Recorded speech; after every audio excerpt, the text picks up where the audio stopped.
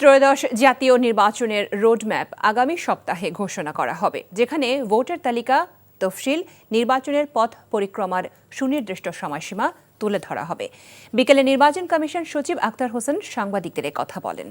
সচিব বলেন, নির্বাচনের সময়সীমা ও অগ্রগতি নিয়ে সুনির্দিষ্ট দিক নির্দেশনা থাকছে রোডম্যাপে। এ নিয়ে কমিশনে আলোচনা হয়েছে জানিয়ে সচিব বলেন, এ বিষয়ে বিস্তারিত তুলে ধরা হবে। জানান, ৩১৮টি পর্যবেক্ষকের আবেদন জমা পড়েছে। ২২টি রাজনৈতিক দলের নিবন্ধনের বিষয়ে প্রয়োজনীয় তথ্য যাচাই বাছাই শেষে দলগুলোকে চিঠি দেয়া হবে। প্রবাসীদের ভোটাধিকারের পদ্ধতি নিয়ে আলোচনা হয়েছে। এদিকে লাঙ্গল প্রতীক GM কাদেরের নেতৃত্বে থাকা জাতীয় পার্টিকে দেওয়ার দাবি জানান এই অংশের মহাসচিব শামীম হায়দার পাটোয়ারি। আগামী সপ্তাহে আপনাদেরকে আমাদের নির্বাচনের রোড ম্যাপটা দিতে পারবো, সো দ্যাট আপনারা আপনাদের প্রস্তুতি এবং আমাদের প্রস্তুতি সম্পর্কে একটা ভালো ধারণা পাবেন। সুদীজনের সঙ্গে সংলাপ, আপনাদের সাথে সংলাপ ইত্যাদি, যেটা আইনবিধি সংশোধনের সম্পর্কে যাবতীয় তথ্যগুলো আপনাদের ওখানে দেওয়া হবে।